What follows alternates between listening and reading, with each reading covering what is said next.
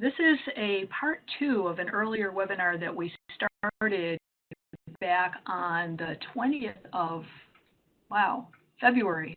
It's been just about 6 weeks since we started part 1 of this particular series.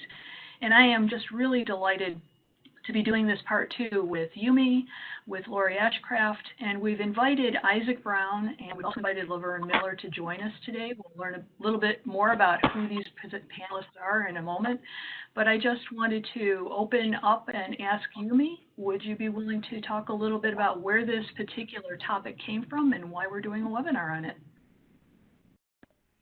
Okay, so I guess I should introduce myself first, real quick. Hello? Hello? Yep, go ahead. Okay, so my name is Yumi Ikuta. I am the director of the Office of Rehabilitation at the Bureau of Mental Health in the New York City Department of Health and Mental Hygiene. And I am also a peer and have worked in the peer support world extensively, starting with being the deputy director of Howie the Harp, as well as being part of the startup team for the Academy of Peer Services. I get, my shop oversees about 90 contracted rehabilitation non-clinical treatment programs, many of which have peer specialist staff, and always encouraging programs that don't to hire them.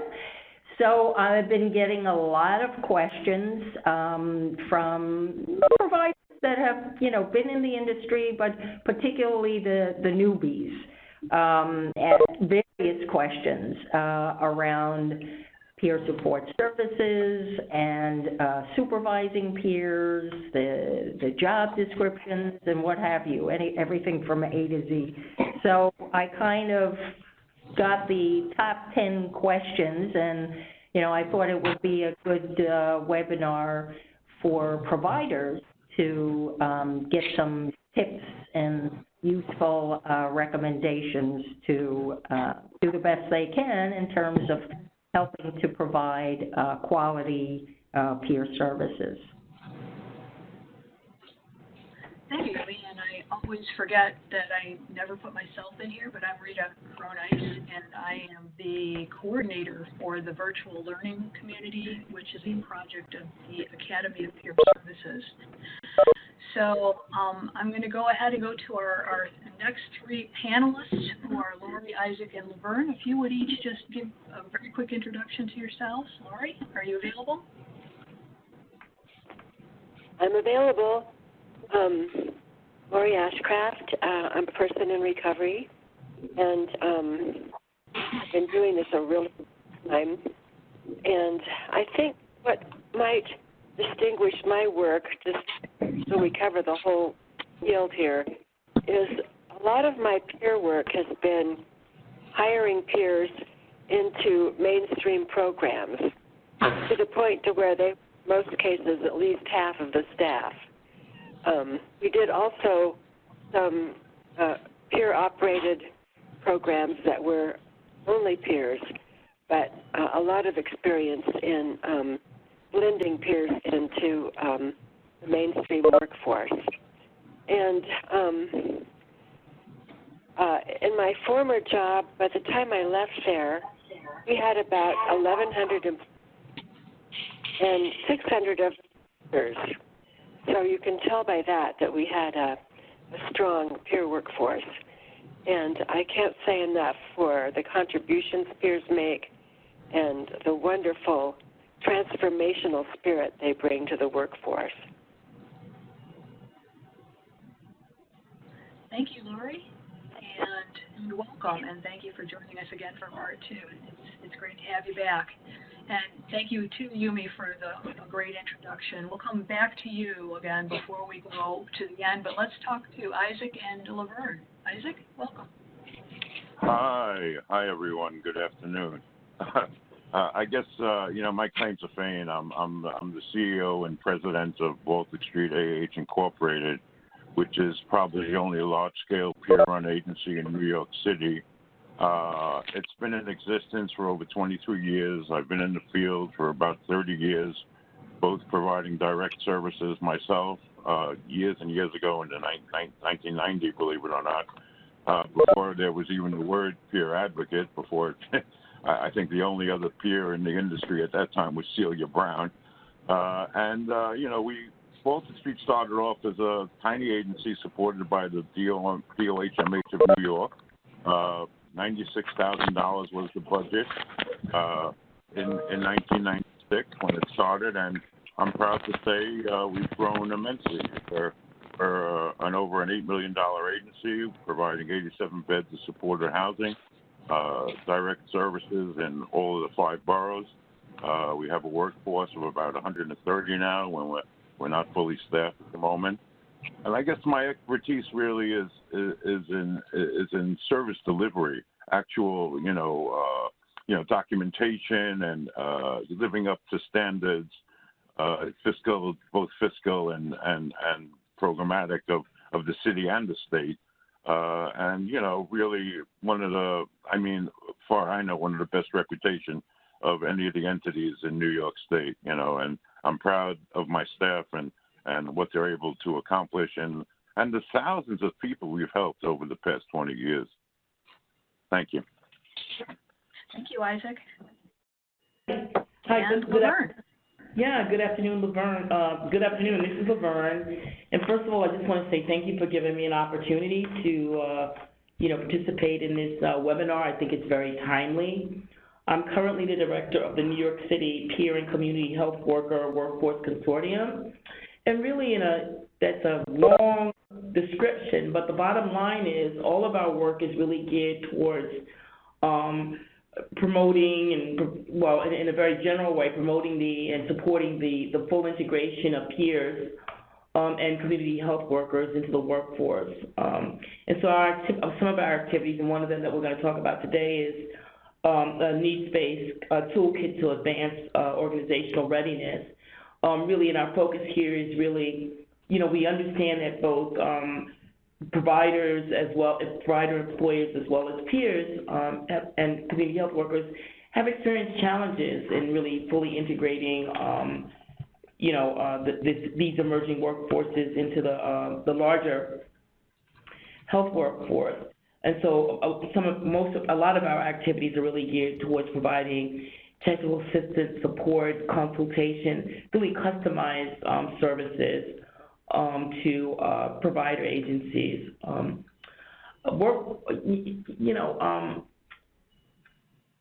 Workforce development is really critical to the continued successful integration of peers and community health workers and other non-traditional staff who utilize their life experience in the work they do to really addressing any number of disparities and inequities that we find in the system, particularly the health system, but virtually all systems have inequities and disparities in them.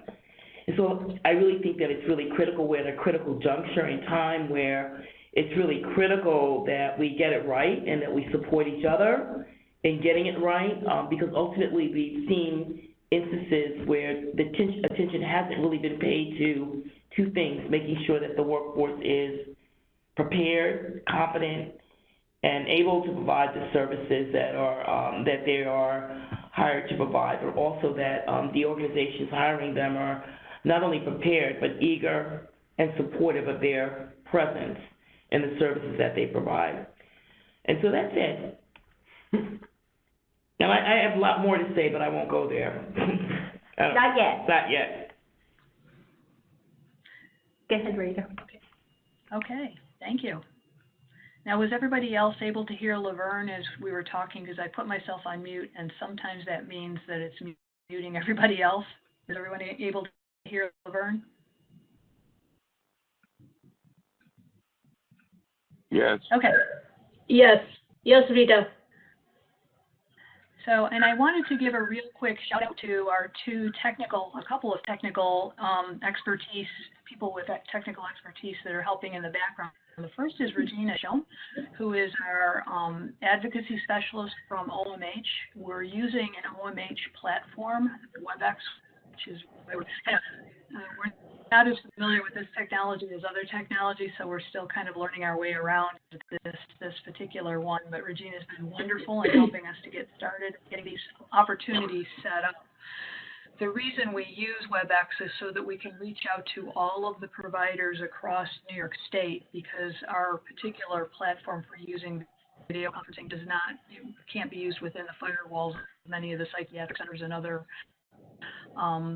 institutions. So it's wonderful to have that partnership with OMH, and we really appreciate it, Regina.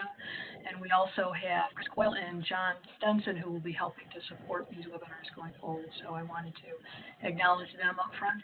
And I also wanted to acknowledge my coworker, Marcia, who's stepping in and helping out with some of the tech support too, as it's really difficult to manage the chat and watching the participant list, and also, sort of facilitating the slides. So thank you, Virg. I really appreciate that as well. And most of all, I want to thank Yumi for coming up with the idea for this particular webinar in the very beginning, because she kept getting these questions from providers over and over again, and thought it would be good to use this forum as an opportunity to answer some of those questions.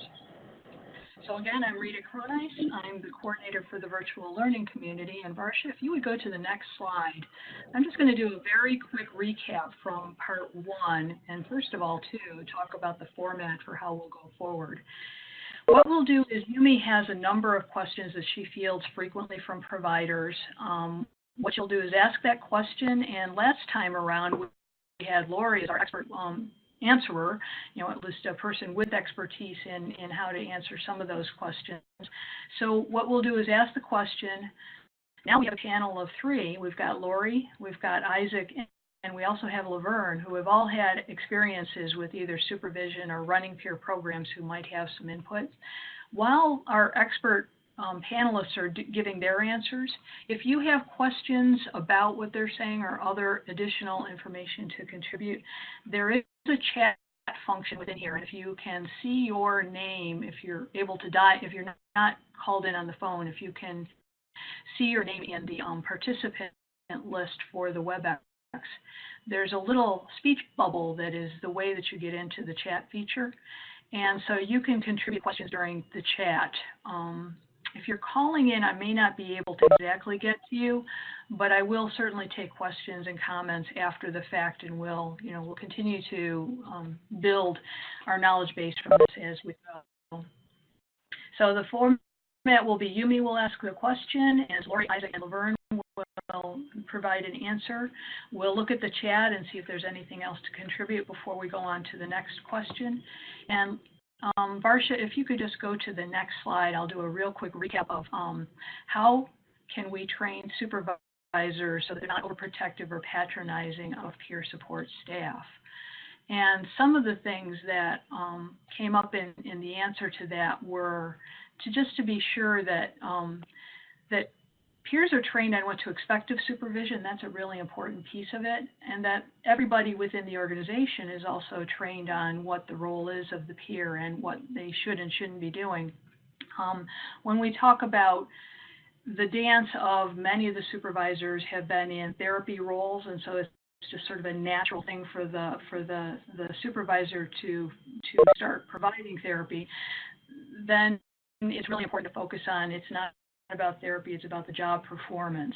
And so it's training the peers and supervisors together on the expectations of how to address being supervisor and supervisee as opposed to a therapist and a client. Okay, question number 2. And the reason I'm just doing this quick recap is because we have a recording of part 1. So as we go through this, if you find something of interest that you want to really listen to further, you can just go to the recording from the part 1 webinar, and you'll be able to find more information about that. Okay, Varsha, number 2, question number 2. How can we figure out how to best utilize peer support services within our structure and menu of services? So one of the things that came up is that there's a misconception that someone with the least experience in how the organization works, who's getting paid less than anybody else, and who has the least authority, is going to be in a position to radically change the organization. So one of the things that came up was never hiring only one peer. Hire as many as you can and spread them across the organization. You always want to hire at least two and allow them to help build support for each other. And there's a lot of research that shows that peers do their best work in engaging folks, so that's the best place to utilize those services. Okay, question number 3. How can we determine how peers for a particular type of service, how many peers for a particular type of service will be adequate? And we mentioned there that there's a difference between what peers do and what other providers do, and peers will often spend more amounts of time with people and be working with much more complex issues with people, so that there probably need to be more peers hired for a particular type of service, depending on the intensity of the service, than other providers. So there was some discussion about a ratio of 1 to 5 for one type of service, or 1 to 10, one peer to 5 people that they're providing, or 1 to 10, depending on the intensity of the services. But it really comes down to how intense is the service, how long do peers have to spend with people in order to provide peer support in a meaningful way. Okay, question number 4. How can we best prepare a team and staff from other departments, and who will be collaborating with the peer specialists? So Lori actually talked a little bit about, she has a presentation called The Mighty Middle, because the top often is on board and the grassroots coming up from an organization is often on board, but it's the group in the middle that gets left out. And I'm sure that she would be willing to provide a lot more information, because she's trained this middle in a lot of different ways. And I know I'm going through a lot of these questions very quickly, but you'll be able to go back to the recording, hear what was talked about then, and also reach out to our current, Lori and the other presenters, for more information about how they might handle these questions. Question number 5, how can we develop a quality job description for peer specialists, and how do we determine a pay scale? And one of the things that Lori talked about was coming up with a generic statement about what peers do as the main part of the job description, and then moving on to the very specific requirements or duties that would go along with the specific site. And as far as in terms of pay scale, there was funding at one point through the Thrive New York City peer workforce, and there was a lot of discussion about the danger of setting peer salaries too low, and especially related to people who are trying to get off of benefits. Now, the Office of Mental Health, Office of Consumer Affairs, most of, if not all, I believe all of the recipient advisory specialists do training in Social Security and work incentive benefits training, so that people understand when they do go back to work how that impacts their benefits and how best to navigate that. So that's a really good resource we mentioned in the first training. And then on question 6, how do we ensure newly hired peer specialists receive a job-specific orientation in addition to the standard HR orientation? And this was one where Lori gave a wonderful, she gave us a tool called the Resilience Performance Wheel, the performance wheel for evaluating what, especially for new hires, what they're expected to do, how long it should take, how proficient they are, and to be able to give good performance evaluation information related on that, and to track over time how performance is improving.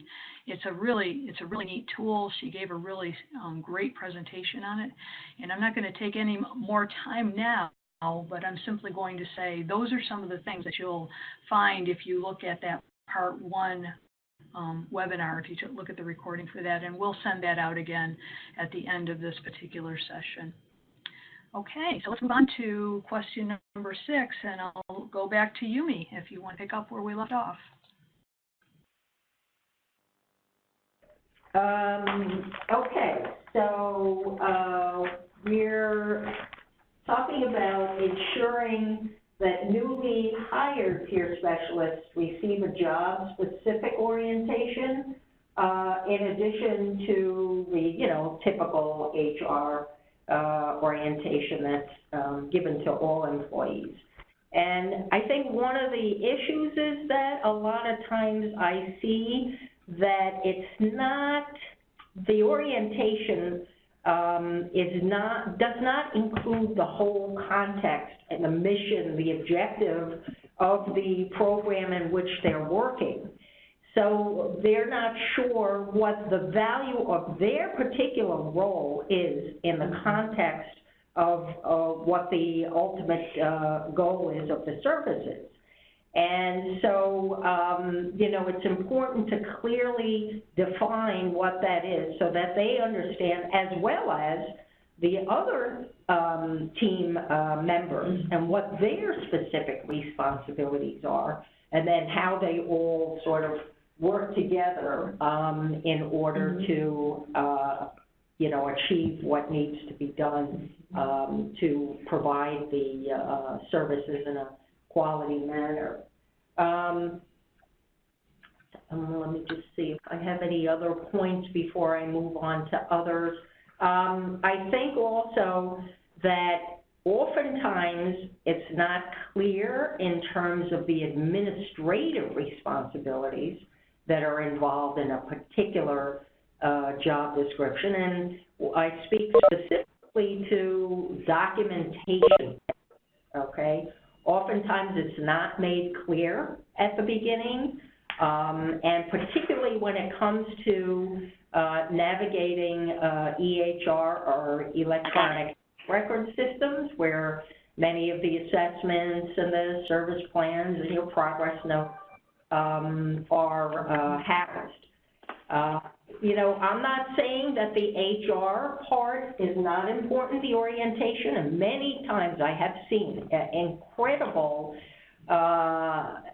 questions from peer specialists, even around vacation, and, the typical, fringe benefits that they clearly understand that. Reasonable accommodation specifically. What is considered workplace reasonable as opposed to what I always say, playing the disability card, which we want to really shun. Issues around overtime and the pay in overtime. And the issue, recently I came up against an issue with per diem peer specialists, where they felt like they were voluntold to take on a second shift, and it wasn't clear, what were the policies around that. So these are some of the points that I wanted to raise in terms of really trying to make sure that the orientations are of quality. I mean, that leads to better service and better teamwork, right? Yumi, this is Laverne, and I think the best way to start in developing, and I think orientation, I always look at the first word, orient, and it's really to give a person a sense of being in a place within an organization and really understanding the mission, some of the history. I think history is really important. Some of the real, the values. It's important during an orientation to really convey the values of the organization, and policies and practices. I think one of the things I always discourage folks from doing is just giving someone a handbook to sign off on and say, take it home, and because as Yumi said, for example, one of the, in our community, people are, most people would be entitled to a reasonable accommodation. Well, what is that? What is a reasonable accommodation? What are the agency's policies and practices regarding reasonable accommodation, and how does one request a reasonable accommodation? And so those are some, that's just one example of one of the, areas that, particularly people with lived experience that are entering the workforce may need a more, what we call kind of a deeper dive in than maybe that you would do with, with non-peer staff. Although I do want to reinforce that the things that we're talking about regarding human resources with peer staff is that they're just good human resources practice for everyone. They really, really, really are. And, the recommendations that we're making regarding peer staff are really recommendations that we really want to encourage employer providers to do for everyone, because, it'll make sure that everyone is really clear about what they're, about the organization they're working with and what their expectations are. The other thing before I close, I think it's really important that peers be included as part of the orientation, so that if you have peer staff, it's really important that orientation needs to represent the commitment of the organization to the diversifying the workforce. And so I would encourage employers to really include peer staff in the orientation, and not relegate them to just talking about peer support or recovery. There are other kinds of information that peer staff, valuable information that peer staff can convey to all staff that are in an orientation session.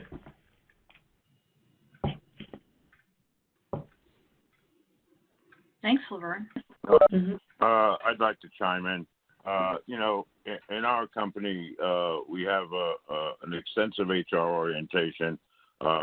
We do give out a handbook, and they do have to sign off on it, Laverne. That's just legal stuff. And, we also, everything is, we give out an ethics handbook, of how to follow peer ethics. It's very important that people understand there's a history behind this movement. There's an ethical orientation around this movement. I just want to chime in that also, I'm part of the Wellness Collaborative New York IPA, which is a consortium of approximately 18 peer-run agencies that covers approximately 40 counties within the state. And we will be both providing peer support services and consulting services around how to hire and do all these things that we're talking about today. And it's actually coming from people who have been in this field for 20 years and over, all kinds of peer agencies that have been working and doing these things, on the ground. So we're really poised at WCNY of New York IPA, which you can find on the web, to be able to help some of these professional organizations that have no experience whatsoever in hiring peer specialists to get more than just an orientation. I think, a week-long training for professionals that peers are involved in. Both peers and professionals have to sit together in the meeting. That's very important. I think, for professionals, in my opinion, a peer specialist should really be supervised by a peer specialist. That's just my opinion. But, I think if we're going to have professionals supervising peer specialists, I think they really need to know what they're doing and how they're doing it. And again, as people have pointed out, this is a job. It's a profession now. It's a certificate. It's a licensed profession now. Be careful what we ask for. When we started off in this, we were people who were peers, and we did all kinds of things. It was sometimes professionals thought we were there to take out the garbage and to do things like that. And it's come a long way since then. I do agree, but I think we still need to really clearly define what a peer specialist does, what peer support is, what the ethics around it is, and how to provide that service ethically, compassionately, and in the right way. Fantastic. Thank you, Isaac. Lori, did you have anything to add? Well, not much, because these guys did such a great job of answering this question. Just to say that if anyone wants to learn more about the new hire orientation tool that I gave last time, and they go back and look at it, feel free to call me, and I'll help walk you through it if you want to use it. And then just a couple comments, and this is mostly just reactions as opposed to adding anything. One is the whole idea of accommodations. And this might be different in different parts of the country. But in my part of the country, what I found is that peers don't want accommodations. They don't want to be treated any differently than anybody else. They want to pull their own weight. They want to take their knocks, but they want a fair shake. So I don't do deep information on accommodations because I like to assume that we don't need them. And then another thing that came up while I'm listening is I think new organizations, especially HR departments, have a tendency to want to cram new things into old boxes because it's easier. So the more we can advocate for peer job descriptions to be different and special and unique and see what they have to offer as not just a sub-part of another job, then we can hold on to the unique value that peers offer. I just think that's such an important thing to do.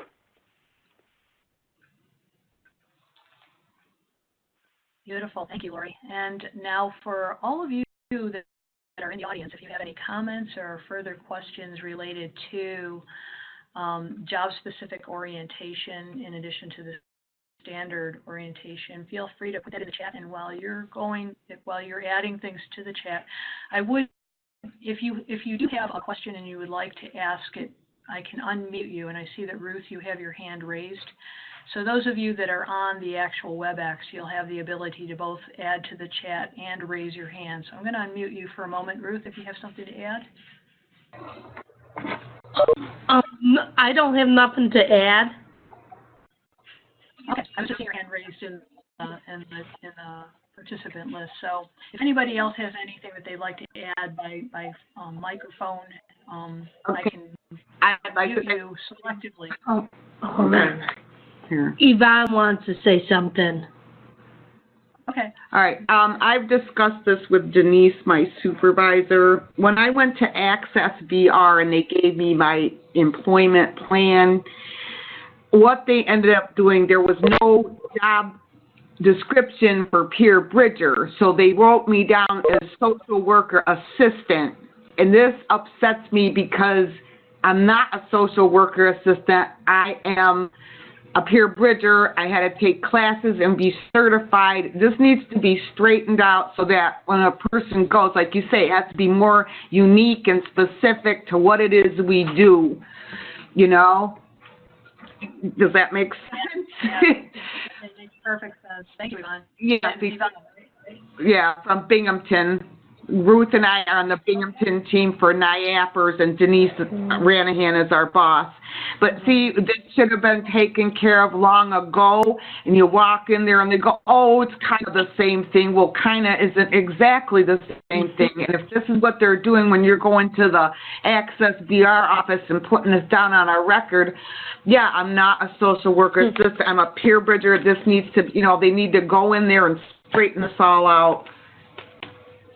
Yeah, I'll put in a real brief plug for another organization that I do work for, and that's the International Association of Peer Supporters. They are in the midst right now of working with the Department of Labor on a standard occupational classification specialist. So there's things in the works all the time, but the more that we can advocate for saying we are unique, we do things that are different from these other. Absolutely right. You're right on target.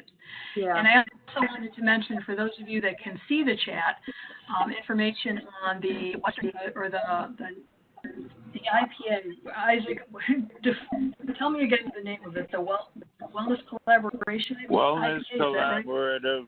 Wellness WCNY IPA. You can just Google WCNY IPA. Thank you. You should come up with it. Again, it's a consortium that covers not all 60 counties in the state, but we'll be providing services throughout about 40 counties, and we hope to be able to provide technical assistance both in New York City and throughout the state to be able for providers to be able to understand what peer support really means and what services we're able to provide, including transitional services, crisis respite, and advocacy. And wellness. Thank you. Rita, I just want to jump in with respect to the question that was asked with an Access VR. So I don't know about the rest of the state, but in New York City, their specialty in understanding tends to be more with developmental disabilities and physical disabilities. So it is really important to educate the counselors at Access VR. And what I recommend for, particularly for peer-specific jobs, I mean, they're definitely not going to understand or know. And it's kind of good to, you know, present them with, yes, the NIAPRA's information. I mean, it is considered a best practice now. There are even health insurance companies that did pilots on peer bridgers.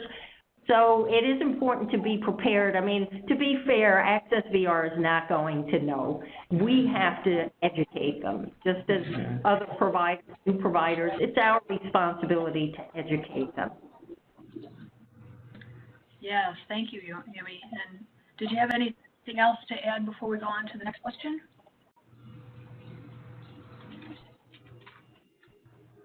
I think we're good. Okay. So, Marcia, on to question number 6.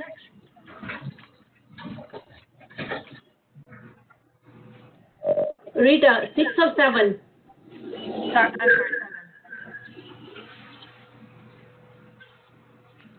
You're right. Okay, Yumi, go ahead.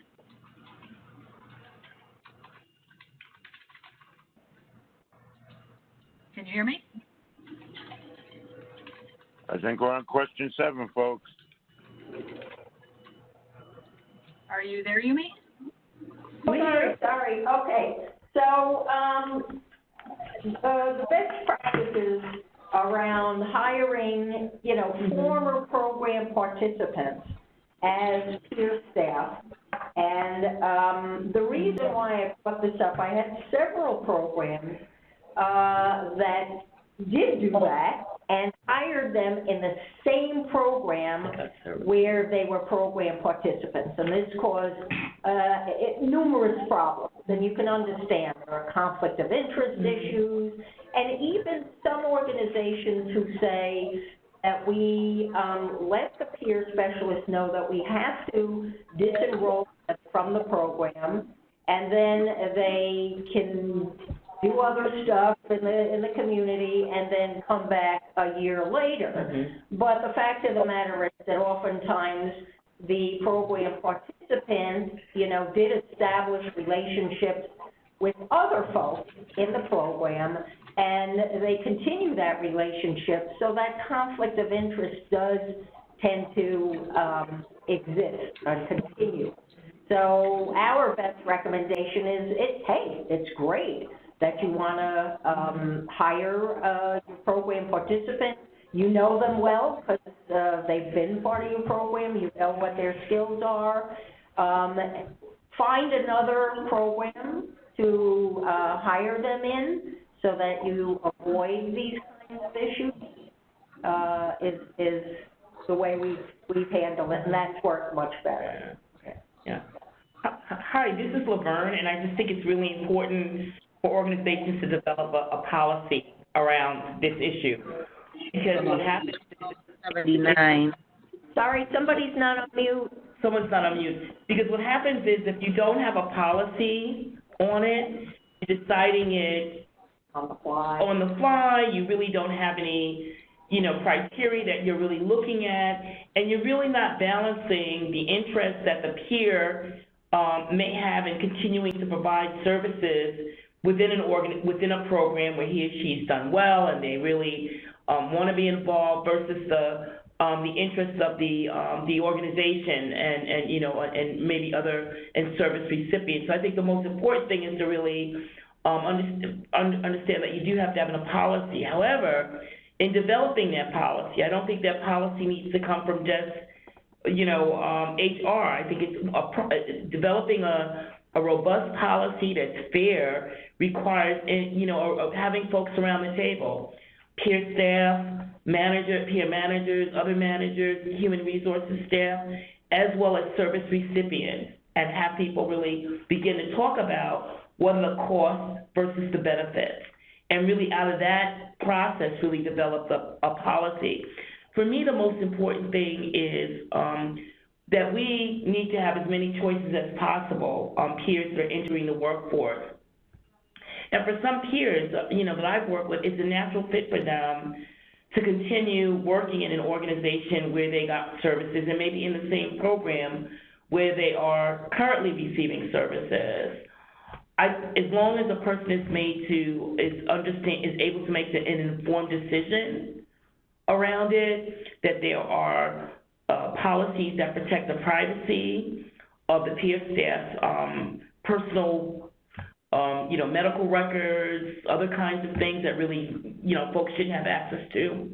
I think that that's what the goal should be, an informed choice. But also the policy needs to really be driven by what's in the best interest of everyone. It's a balancing act, I think.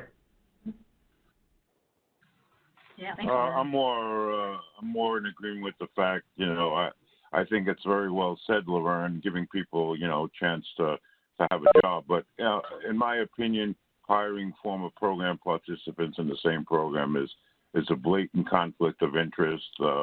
I wouldn't recommend it to anyone. I think it can backfire terribly. There are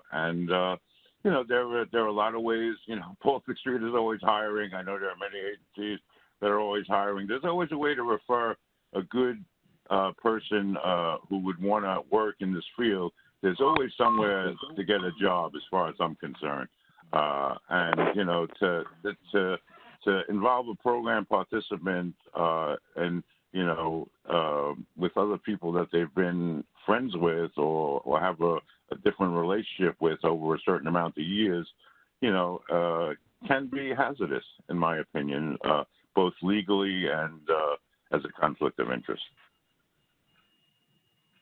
Thanks, Isaac. Lori? Well, I tend to come up on the other end of all this stuff, so I don't know. Maybe it's a geographic thing. When we first started doing blended workforces, peers usually wanted to work in the program where they were receiving services. They were comfortable there. They felt supported by the staff. They didn't have to drive clear across town to work. I mean, if you think of it, is that really fair? Did it bring up issues? Absolutely.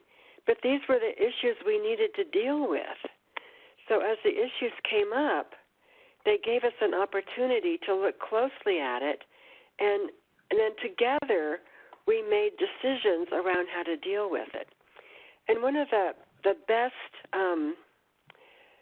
best advantages of having this happen is the staff got to see people who they served and saw as kind of hopeless and helpless rise up to a whole beautiful level of recovery. And that changed the staff more than any other training we could give them. So that's a real perk of it. That and the learning opportunities. Now, I will say you can't just let this happen or it'll be like Isaac's saying. But if you stay on top of it and as things come up, use these issues as learning opportunities to make decisions together, it can be a very rich learning experience. This might not work in New York, I don't know. Thanks, Lori. Yumi, anything to add? Actually, Laverne and I were just having a conversation about this, and she brought up a very good point in that, I always think New York City, which is big, but in the rest of the state, let's face it, there may be only one organization for miles and miles around who, they don't have that much money, they've got, one peer, and they really need them in that particular program. You don't have much choice, right? So I like what Laverne said about being very, very specific about, the potential issues, being clear about guidance and policies, And really, I mean, even giving examples of situations that have happened before, and that sort of, you want to be proactive as opposed to reactive. So, you know, even in New York, I'll be honest, not every agency has money, you know, to hire a peer in various programs. And some of them are lucky that they even convinced HR that they need that line. So I like Laverne's suggestion in those kinds of situations. Thanks, Yumi. And just to go to the chat for a minute, we had a question from Kevin: how to deal with staff problems with the peer if the peer is familiar or comfortable with staff. We also had limiting peers to working at other agencies can be a major barrier in rural areas, which is what you just mentioned, Yumi, or it can be. And I have a hand up from Ruth, Ruth and Yvonne, who I think are in one location. So I'm going to unmute them for just a second and see what they have to say. Ruth or Yvonne? Yeah. Yes. Do you have a question? No, we don't have a question. Okay. What was the handout? What was it about the handout? We have in the participant list, you have the ability to raise your hand if you want to ask a question, because we don't want to unmute everybody or we'll have a lot of background noise. So everybody is muted unless you have your hand raised, and then I'll just unmute whoever has their hand raised and we can let you ask that question directly. So I think we're good with number 7. Let's move on to question number 8, if you would, Varsha. Rita, before you move on, could I just speak to the question about dealing with staff problems? Usually it is the staff's problem. It's not the peer's problem. And this gives you an opportunity to work through some of those problems. Let me just take one example. The first thing that usually comes up is peers can't look at the records. Well, let's take a look at that. The peer is now an employee. They've had the same training on confidentiality everybody else has had, and they can look at the records like everybody else on a need-to-know basis. This is all anybody should be doing in terms of looking at records. So that's just like one thing to work through, and the more of them you work through, the more you get to a point where staff start seeing peers as unique and valuable, but again, not bound to all the same things they're bound to. Can peers give somebody a ride home? Well, staff don't do that. Well, peers could do that. So do you see, I'm just kind of trying to give some examples of things that you have to work through with this. Okay, that's all. I just want to add to that. So, you know, I actually had an instance where this access to records came up. And with a hospital. And really, I mean, I intervened because in the end, it is the service recipient who gets to decide who looks in their charts, okay? And if they say the peer shouldn't be looking at it, then it's their decision, right? But in the end, we have to, you know, consider the person who's actually getting the support. They're the ones who determine, all right? Unless there's, you know, a situation that's dangerous, harm to self, harm to others, you know. Now, in terms of, in terms of also, you know, peers driving service recipients, it all depends on the agency. And I don't know, in New York City, we're pretty strict about that, not to mention what the, you know, the insurance and the liability and whatnot. So it's not a blanket, you know, peers should be allowed to do that, because in a lot of organizations, even staff aren't allowed. So, you know, really depends case by case. And if it's part of their job description.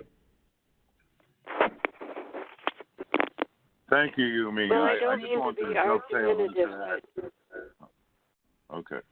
You wanted somebody who wants to. I wanted to dovetail into that and say that, okay, I give up. No, go ahead, Isaac. Go ahead. Yeah. Oh. Go ahead, Isaac, and then Laura. Okay, I'm going to try this again. Okay. So I definitely agree with Yumi Lori, we don't drive people around here in New York City, neither peers nor staff. It's an insurance and liability issue. I don't know what they did in wherever you were placed, but here there's all kinds of rules and regulations around this kind of stuff. And as far as records, I'm in complete agreement with Yumi. Everyone who comes into our program, our intake or anything they do, must sign consents of release that allow us to have their information. Otherwise, we are not HIPAA compliant. This is another day and age. This, the things that went on for years and years, are not compliant anymore. The things we have to do these days, we need consent of releases for everything. So that should answer the question about records. I mean, as far as I know, peers should have access to whatever kind of records as long as the consent of release of information has been signed. I absolutely agree. But in other programs, I don't think the person has any say over who gets to look at their records. Doctors look at it, social workers look at it, voc rehab people look at it. People only don't with get the to signed say consent of release. Only with the signed consent of release, Lori. Otherwise, anybody in that organization can look at the record. I don't know about your state, but in New York State, it's quite strict as to who's allowed access, even to the extent that if a person is, for example, receiving peer support services and employment services from the same organization, but different programs, okay, the individual may decide, and I've seen this, where they say, you know what, all my records I want open and have access for the peer supporter in my program. However, in my employment program, okay, I don't want that employment specialist to see my records because there may be some judgmental thinking around, oh, this person is not ready to work, they can't work, blah, blah, blah. So it gets to even that fine, granular level where really the person has to decide. And now, even with Medicaid managed care and our home and community-based services, even more so. And we even set up the electronic health records so that one provider who is not allowed to see the records does not have access, even within the same EHR system. So the firewalls have been built. It's a brave new world. and I can understand, it is good for people to have choice in who sees the records, I think. Yumi, do you want to go on to question 8? Okay, where are we next? Okay, what should be included in a quality career development plan? Okay, let's first hope that most agencies offer a career development plan, but this is, I think, a discussion that should be had pretty early on. And I'm not just talking peer specialists, any staff member, okay? In the first discussions with your supervisor, the supervisor should want to know who is this person? What are your dreams? What are your goals? Where do you see yourself in 3 years or, in the future? Do you want to become a director? Or even right now, what opportunities do you want to become a senior peer in, the near future? So to get that down and have that conversation. And then obviously when a person, talks about their goals, then the next thing would be, of course, well, let's discuss a little bit about how I can help you as your supervisor, the agency, in achieving those goals. And maybe it relates to education or training, and to be able to provide those tools in order for that person to succeed. And I'm talking also as basic as computer literacy and, writing quality progress notes, Obviously writing skill is very important as you move up the ladder. So that's my 2 cents. Mm-hmm. Yeah, I agree 175% that a career development plan really needs to be part of what a peer really works with his or her supervisor. I think it's important, and it should happen as early as possible in the person's onboarding to the organization, because it really gives the person an opportunity to really kind of explore a number of things. What are the opportunities for advancement in your career within the organization itself? So therefore, the peer staff are able to answer real clear questions, like what are the requirements to be a supervisor? What are the opportunities to do X, Y, and Z, and really get really clear answers from his or her supervisor. The other thing is that it's really important, it helps really identify what internal resources are available for the staff person, whether it's,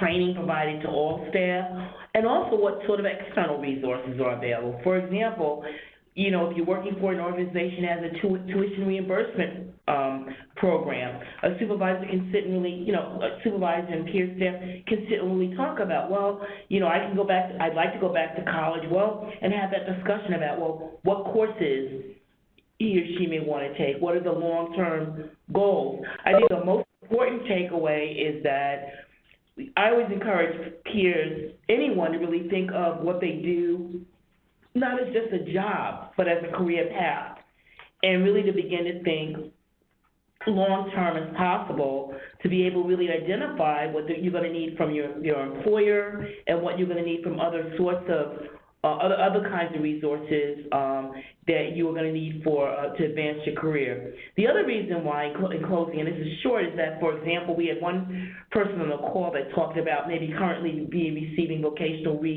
VR services from vocational rehabilitation services from VR Access. Well, having that discussion, if you're still getting services from VR Access, part of the discussion with your supervisor can lead you to have a discussion with your counselor around what kinds of additional training or education that VR Access can really support to help with your career development. But it's never too soon to be thinking about your future.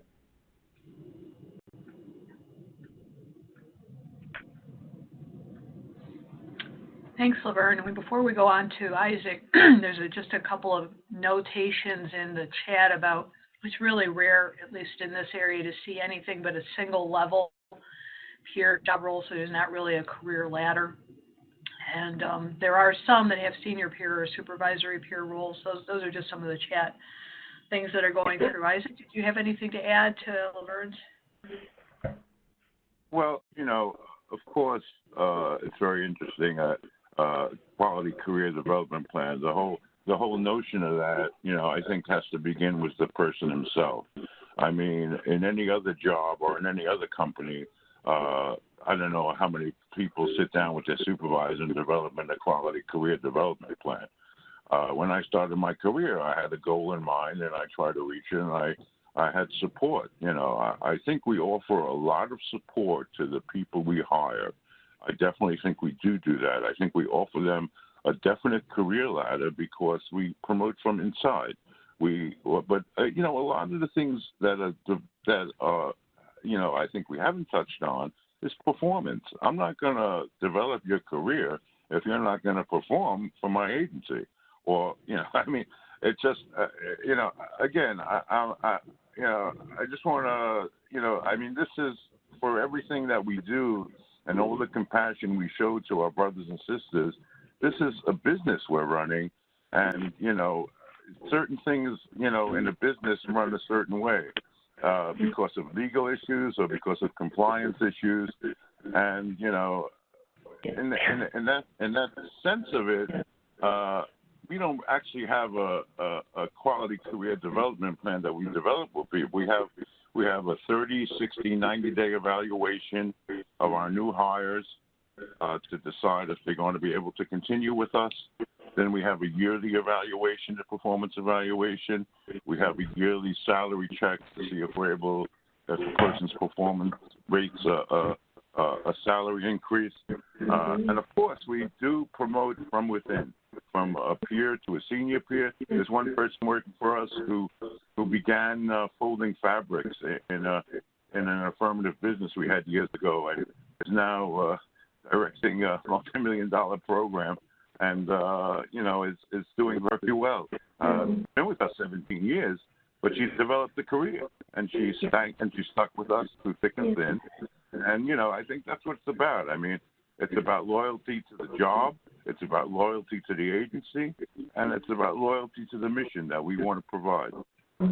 This is Laverne, and I just want to make it clear that I'm not suggesting that the only pathway to discuss quality a career development plan is with the supervisor. I really think you're absolutely right that it really needs to be driven by the peer, him or herself. But I also think when we're talking about supervision and ways in which supervision can really support the career development of a peer who's maybe entering the workforce for the first time, or maybe hasn't really thought doesn't really think that maybe that there is a career ladder or other opportunities, that I think supervision as well as mentorship and networking are other avenues to really begin to explore what career opportunities are available.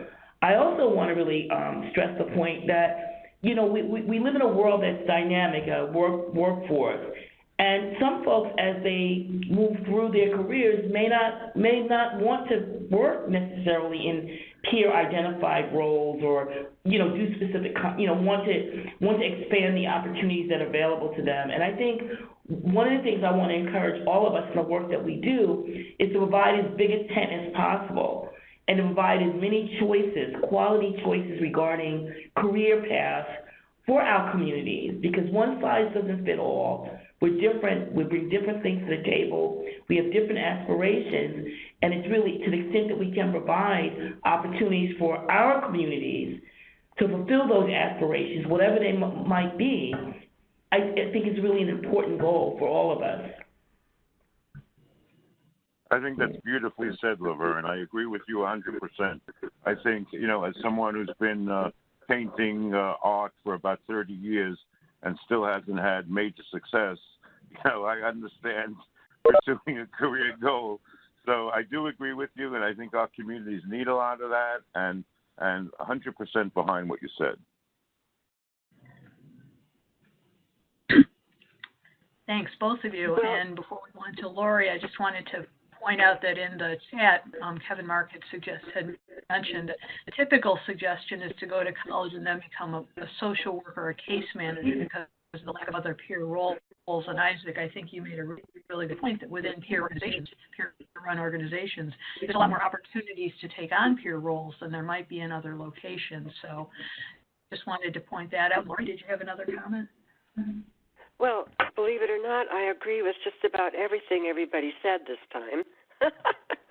I especially liked what I had to add around the reality of expectations that we have of people.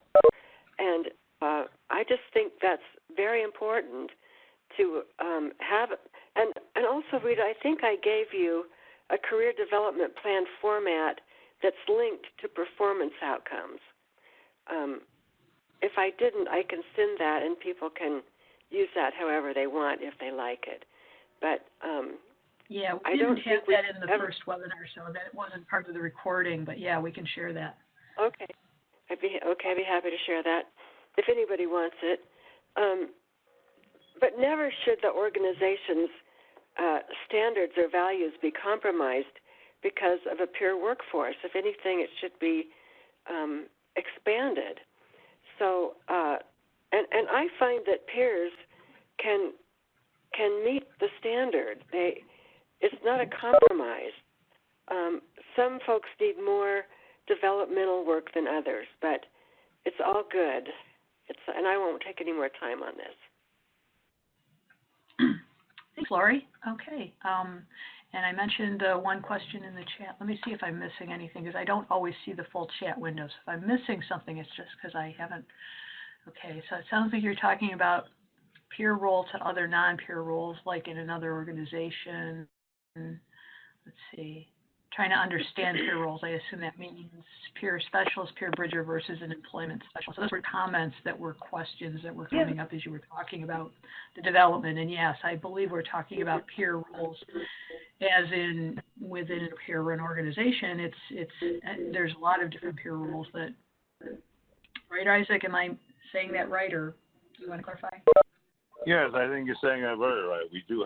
We have peer bridgers, we have peer specialists, we have advocacy, people working with advocacy alone, we have people working with self-help, we have people working with employment, we have people working with housing specialists. So there are different ways of offering services, and there are different ways to train staff. But again, really the mission remains the same, to offer a quality of life and to offer a value of life and to offer a person a chance to grow in his advancement, what I call, a lot of people will call recovery, I call it discovery. I don't want to recover my old life. I want to discover what I can find in life and what goals I can achieve and what I can do to improve my life. So that's the kind of thing I try. I meet with every employee that's coming in to work for us, and that's the kind of, ethical compass I try to bring to it for people to understand what we do. It's really to raise a person's quality of life and to help them with their strengths and with the issues that they have, and to be a peer and to be a help and to be part of their life until they don't want it anymore. And that's the kind of thing we try to provide at Baltic Street, at least. I don't know about other agencies, but that's sort of our credo. Thanks so much, Isaac. And Yumi, anything to say to close this up, or do you want to move on to the next one? Yeah, we can go. This is Laverne, and I'm taking over for Yumi. She had another meeting, so we can go on to the next one.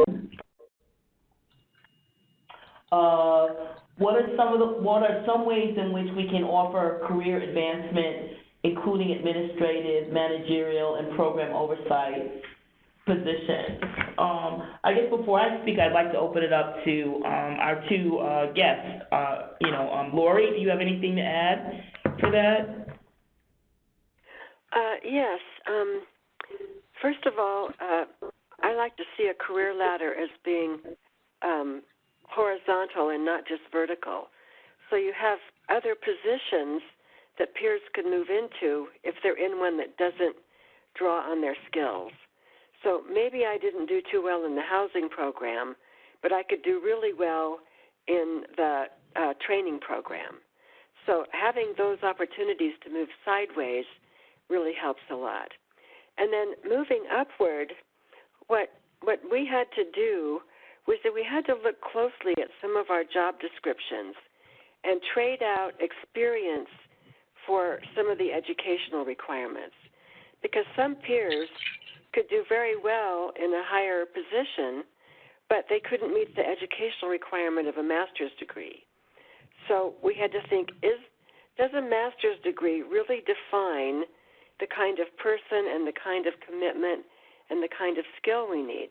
If it did, then we kept it. If it didn't, then we changed it out and let experience compensate for that. And we had peers in top management positions that were overseeing large programs and earning $80,000 a year, which is a lot in Phoenix or California. So I would just say, don't let your expectations be limited around what peers can do in these positions. And a lot of peers have backgrounds in administration or managerial things, just in other systems that can be adapted.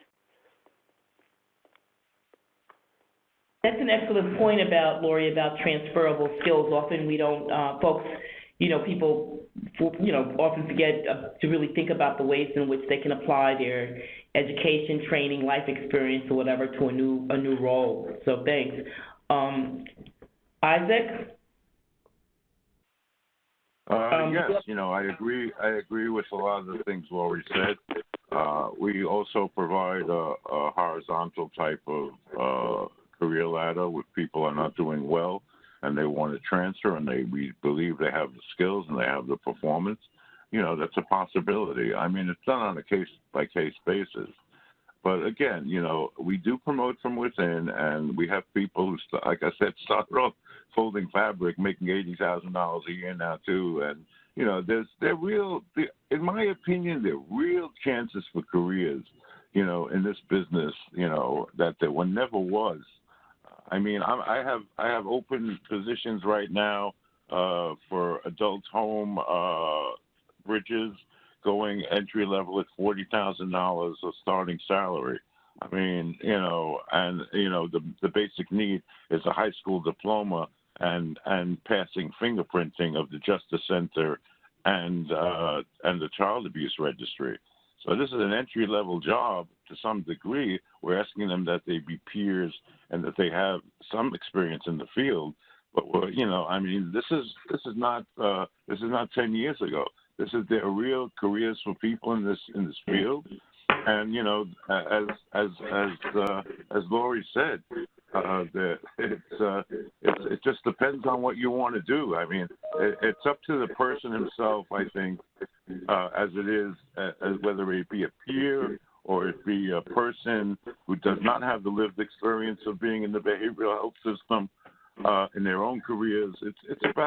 It's more about inspiration and perspiration. People have to work hard and they have to be inspired to look for something. I'm really ecstatic to say that in the past 2 years I've been able to really create a career ladder after 20 years at the agency, where we're not dependent only on one or two funding sources, but we have gone private. We're working with Maimonides. We have a multi-million-dollar contract there. We've been able to grow in such a way that we've developed jobs that we never had years ago. And I think peer agencies such that are involved in WCNY, New York IPA, we're all on that same page of, we want to grow and be able to provide these services, these peer support services throughout the state in an ethical and disciplined way. Yeah.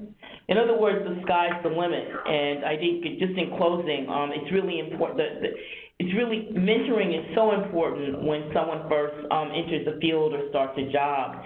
And I know most successful organizations, peer and non-peer, really create opportunities for new staff to meet more senior staff, to talk about whether it's brown bag lunches or coffee or tea. And I always encourage, those of us that are senior managers in programs or have program oversight or do the kinds of, administrative, managerial oversight positions, is really we have a responsibility to mentor the new generation of folks that are coming in and working and take time out and talk to them about the work and, the approach to the work and what opportunities there are and all those things. Because often people don't realize what opportunities there are until you meet someone who can really talk to you about what those opportunities really are within an organization, so I think, there's responsibility to support each other, our new brothers and sisters as they enter this workforce.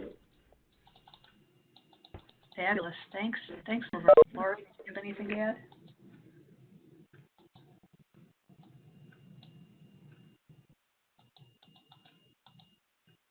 Okay, then I did want to make sure we preserve time at the end for Laverne to give us some exciting news about a new toolkit that the consortium is working on. So our last question is, go ahead, Varsha, what are some best practices to retain peer support? I can do that. I'm Yumi. Oh, sorry. Oh, right, sorry. Go ahead. Be Yumi. That's okay. So the last question is, what are some of the best practices to retain peer specialists? Isaac, can you talk about that? Yeah, I think we, just like any other job, we have to offer a comparative benefits package. At Baltic Street, we provide 8 hours of 8 hours of vacation time every 2 weeks. We provide $50,000 of free life insurance. We provide right now a 503B, but we'll be providing a 401K in the near future. We pay about half the cost of somebody's health care per month. We try to provide a benefits package, number one, that's going to be able to attract someone.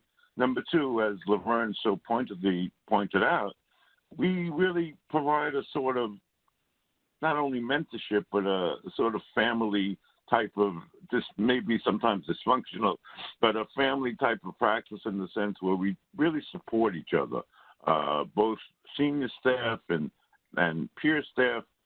They know my door is open. They know their supervisor's door is open. And not even talk about accommodations. We're going to talk about like daily stresses of this job. I mean, this is not an easy job. We meet a lot of people that are, unfortunately in a bad situation. We empathize with them. We try to help them.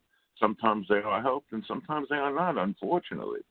So it's really a situation where to be able to retain a peer specialist, to be able to grow someone in an organic environment, you have to be able to provide not only a decent benefits package, but the support and the compassion for the employee at the same time that you're providing it for the clientele.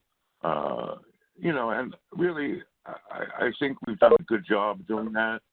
Nobody has a perfect record, I believe, but I think being able that a peer specialist is able to pick up the phone and or speak to the supervisor and ask for a meeting with HR, ask for a meeting with myself, or be able to vent his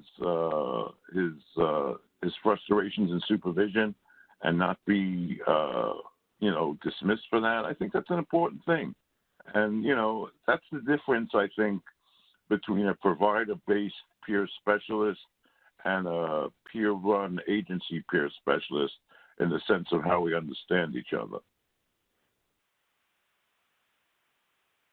I would just add, that I, again, really agree with what Isaac's saying.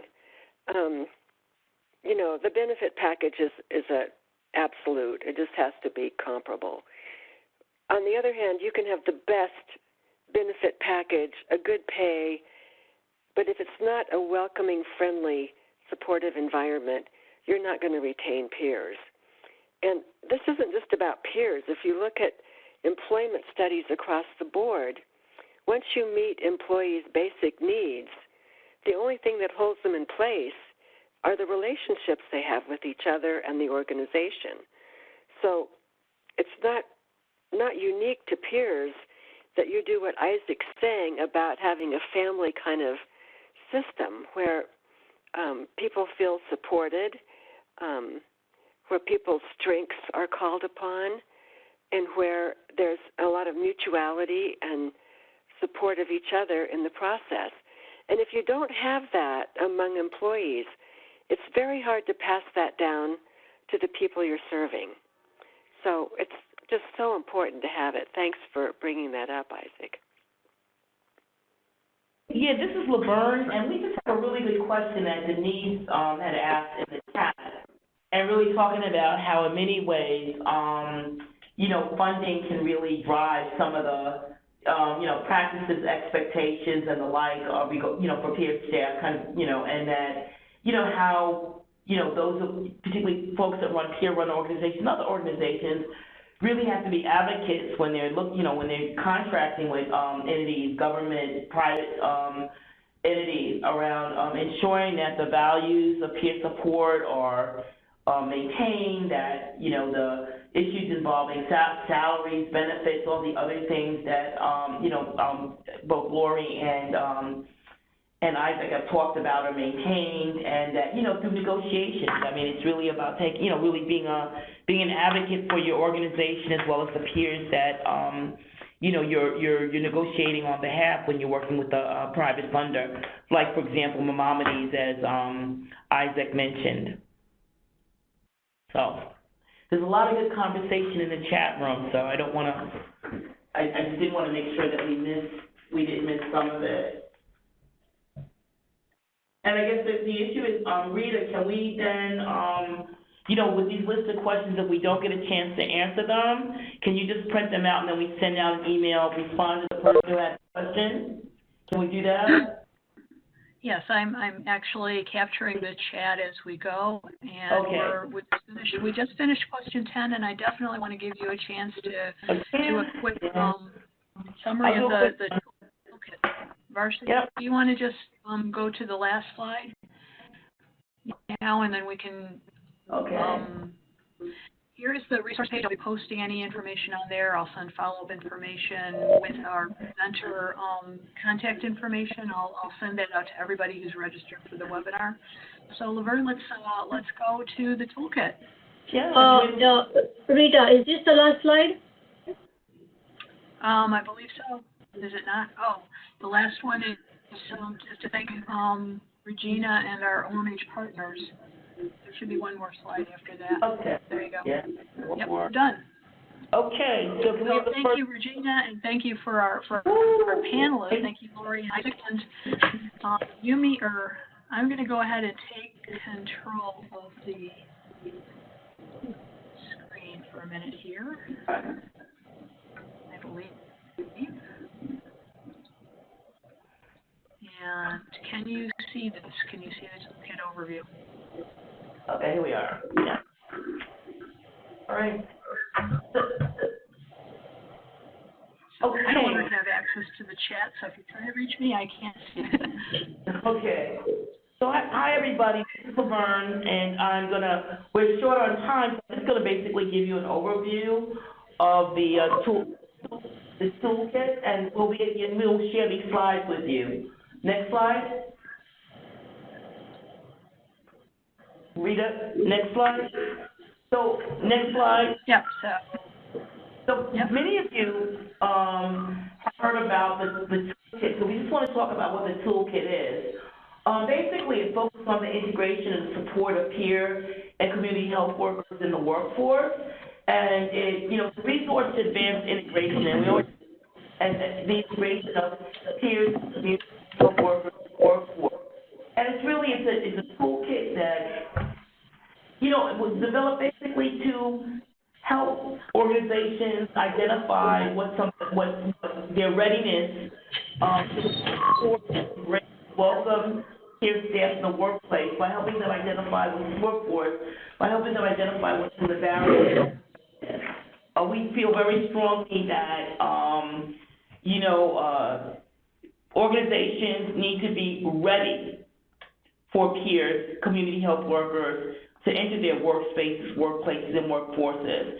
And that it's not something that, often the way that it's done is many organizations, and here we're not talking about peer organizations, we're talking about provider agencies, will hire peers and then think about what we're gonna do with them later. I know many of you maybe you said, I know what my job descriptions or whatever. So really the toolkit is really, one of the great things about it is that it's customized. I know for many of you, you don't want to get technical assistance, you don't want to get support, you don't want to utilize a tool where the assumption is kind of one size fits all. So it's a design basically, if you go through the self-assessment, it's designed to create a very customized toolkit. Once you go through the organizational self-assessment, a toolkit of resources that then the organization is recommended to utilize. Again, it's based on where the organization, based on the assessment where they are in terms of their readiness. I will say basically what we really recommended as part of the process, that any organization doing the assessment, that there be a diverse group of stakeholders around the table to be able to give a 180 view, 360 really, view of what's going on in the organization regarding the readiness. Next slide. So we're just going to give you a little history because we feel that, this is what makes the toolkit, as well as the work of the consortium really different, is that there were lots of literature reviews around peers and community health workers, their experiences in the workplace, what some of the barriers that they were encountering, what some of the best practices were, as well as community consultations. And those were meetings with peer workers, community health workers, provider agencies, other stakeholders, to really get a handle on really what was going on in not only in the workforce, but in the workplaces. And then there was a survey done of peers and community health workers to really get an idea of what were some of the challenges and barriers that they were experiencing. And then there was a provider survey around what were some of the needs or gaps that providers had identified. What were their experiences in hiring peers? Had they ever hired peers? What were some of the, if there was a reason why they hadn't thought about hiring peer staff? And out of that came a guide, and that's the new needs-based toolkit. Next slide.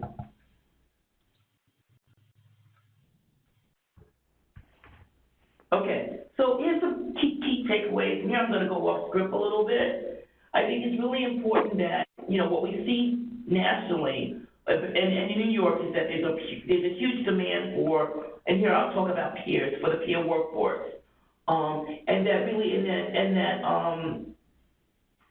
there's a demand because we know that in many ways that, particularly with Medicaid redesign, is that we know that peers are uniquely, added value. They help with engagement around supporting individuals in their recovery. We're role models. We have other skills that are really essential to folks having a life in the community and really living the life of their choice.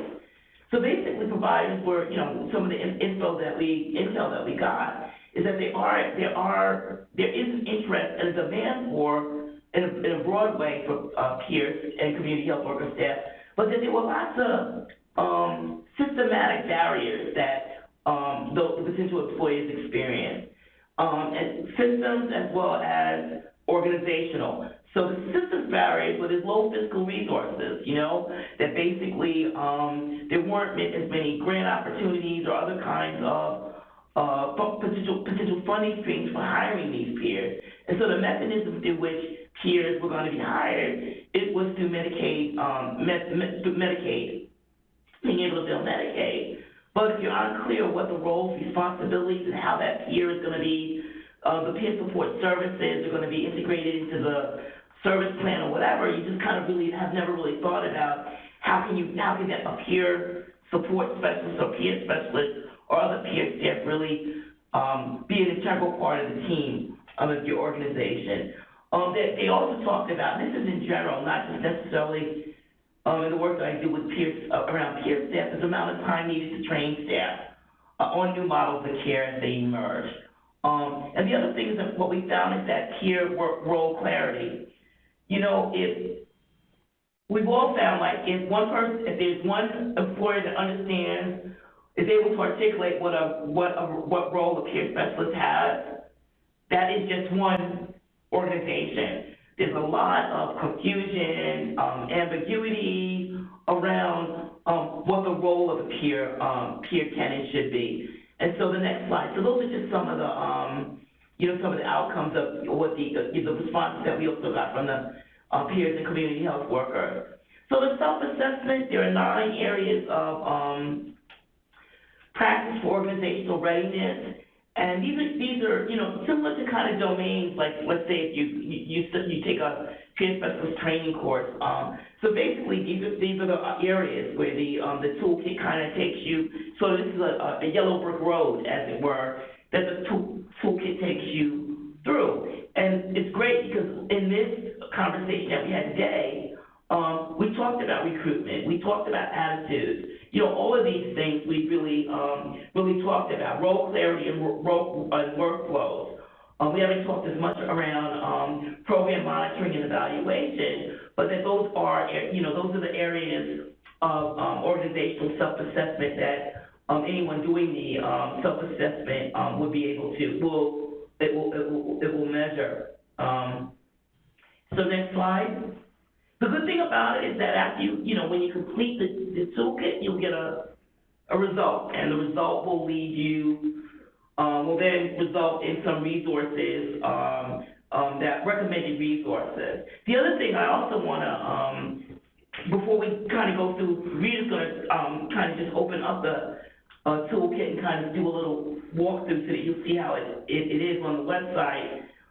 We really encourage all organizations, whether you're peer or not, whether you're a peer-run organization or a more traditional organization, is that assessments are really important. They're important to assess kind of, a lot of times, organizations, businesses, we get in the habit of doing what we do because we do it, and we really don't take time to really figure out kind of what we're doing and how we can change what we're doing. And the best way to kind of drive organizational, not only just change, but transformation vis-a-vis integration is really to have a really a good and accurate assessment about where your organization is at.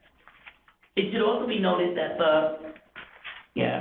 next slide. So this is the toolkit, and we're gonna a few other slides I'm gonna get through, and then we'll do a little next slide. So why customize the toolkit? I think we talked about it.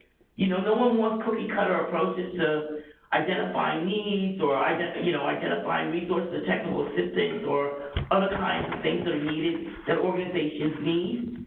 And we're really proud of the toolkit as well as the other work of the consortium. Recommend that all of you visit the site, that you may want to, kind of, if you're encourage your organization to go through to take the assessment. And here it is, and we'll do, Rita's going to just go through a little. You can just click on the, right there. Okay, yeah. Click on complete the online assessment, Rita.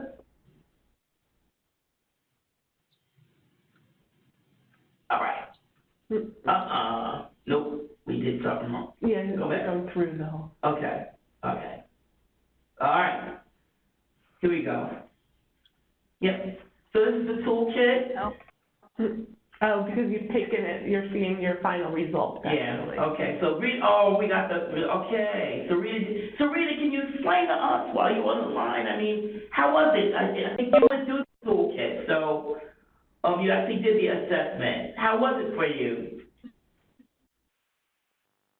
It was really easy to complete. You just answered a series of questions. And when you got done with the series of questions, you'll get a summary of the way you answered those questions, and at the end of it, you get a report which gives you really helpful guidance. And so if I were to download the PDF from this, I have the PDF, but right. And it's a wonderful opportunity for everyone to get together. The stakeholders just really sit and think about in a very, very intentional way where we're at in terms of integrating peer staff. First of all, defining what integration means to the organization. We view integration through an equity lens, really meaning that peers that are part of a diverse workforce that brings extra added value, and that indeed it's really that they are critical. And that in order to successfully, for everyone to have a successful experience regarding their onboarding and their career at your organization, that really has to be intentional. It doesn't happen because you have what is it called, Quixie dust or whatever, magic dust. It happens because you're intentional, that you do it, that you implement policies and practices that promote it, that you measure it, that where you don't have the outcomes, for example, if you've got some recruitment outcomes for peer staff and you don't meet them, that there's continuous quality improvement, that you go back and you figure out what changes and adjustments you need to make. So I'm going to end now because I can go on forever as an attorney, and I won't do that. But I just really want to encourage you. I'm so ecstatic to be back in New York doing the work that I do. I spent a lot of time working with 49 other states and some of the territories. And so it's really good to be back and to hear Isaac's voice and everything, and to hear about some of the great things that are going on in New York State. And we really hope that the consortium, our work, the self-assessment and toolkit, that those are tools that really become part of the everyday, become part of an organization's toolkit, as it were, be part of what an organization does on an annual basis to kind of assess where they are at. So thank you. Thank you, Laverne. And I wanted to point out, somebody wanted how to get to the toolkit. If you don't have the URL, you can go to the New York City Health site, the Department of Mental Hygiene, go to Providers, go to Resources, and then you'll see a link for under Resources on that page. So you have a path to get there. It's called Supporting Peers. I'll also add that to the chat. I can't add to the chat right now because I'm in share mode, but I will send it out with other resources that we're providing. Someone added it, Rita, already. And I also wanted to show the WCNY IPA site that Isaac was mentioning here is that site as well. Thank you so much, Laverne and Aviva and everybody. Thank you very much for your time today. Thank you.